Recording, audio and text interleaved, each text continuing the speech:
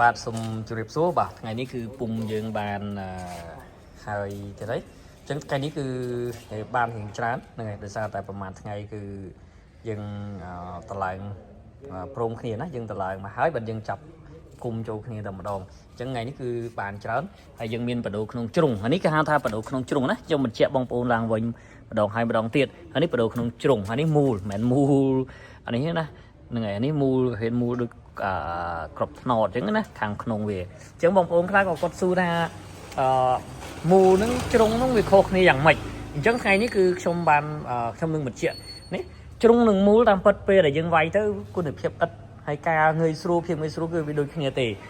ក៏ប៉ុន្តែណាសម្រាប់បដូរក្នុងមូលពេលដែលយើងកូរទុកឧទាហរណ៍បងប្អូនយកទៅវាយក្រោយពីរៀបឥតខ្លួនឯងហើយបងប្អូនសល់នៅមុខផ្ទះត្រូវការលក់ត្រូវការអីផ្សេងអញ្ចឹងមើលទៅគេដែលគេដាក់កាត់ជីកាត់ទៅឃើញមើលស្ពនភាពវាស្អាត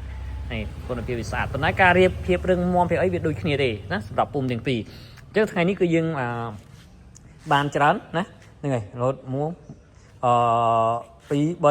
5 6 7ពុំណាអញ្ចឹងទាំងអស់គឺបាន7ពុំបាទបោះម្ដងបាន2ដុំហើយចំពោះបញ្ជាក់ឡើងវិញបាទចំពោះសាច់ឥតដូចគ្នាណាបដូរក្នុងជ្រុងហើយនឹងមូលគឺសាច់ឥតវាដូចគ្នាបាទអញ្ចឹងកម្រាស់របស់វាគឺ8ហ៊ុនបាទកម្ពស់របស់វាគឺ1 តឹក 8ណាប្រវែងរបស់វាគឺយើងរៀងវែងជាង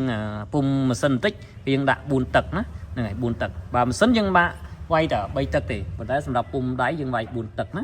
ហ្នឹងហើយវាយ4 តឹកអញ្ចឹងសម្រាប់ការយកទៅរៀបវិញយើងគុណថា13ដុំក្នុងមួយការ៉េ13ដុំតាមពិតវាបើ4 តឹកវាអត់ដល់13ដុំទេបើយើងគិតទាំងកបទាំងអីទៅវាអាចទៅ12តែតែយើងត្រូវស្គួរតាក់ទងទៅនឹងគេអាចទាំងបែកបាក់អីផ្សេងកន្លែងកាត់តផ្សេងអញ្ចឹងយើងគិតថា13ដុំទៅចុះក្នុងមួយការ៉េណាអញ្ចឹង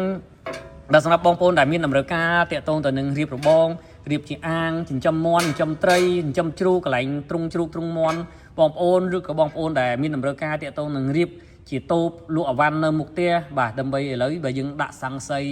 បាំងសង្ស័យពីច្រើនពេលខ្លះគេវះគេអីចឹងបងប្អូនគិតទៅវារៀងពិបាកដែរអញ្ចឹងសម្រាប់បងប្អូនដែលចង់មានបំណងយ៉ាងនេះបងប្អូនអាចទិញតែខ្សាច់ហើយនឹងស៊ីម៉ងមកអាចចាក់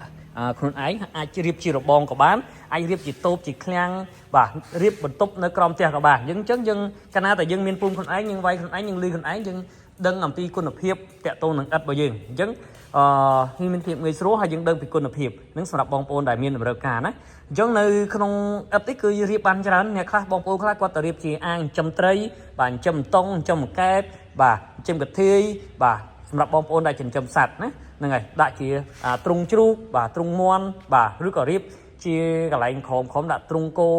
អីផ្សេងវាបានច្រើនណាជាអាងបាទជាបន្ទប់ទឹកជាបង្គន់បាទអញ្ចឹងពីចំណេញមែនតើក្នុងការរៀបបាទជាយើងបងប្អូនដែលយកទៅដាក់បាំងសង្កសី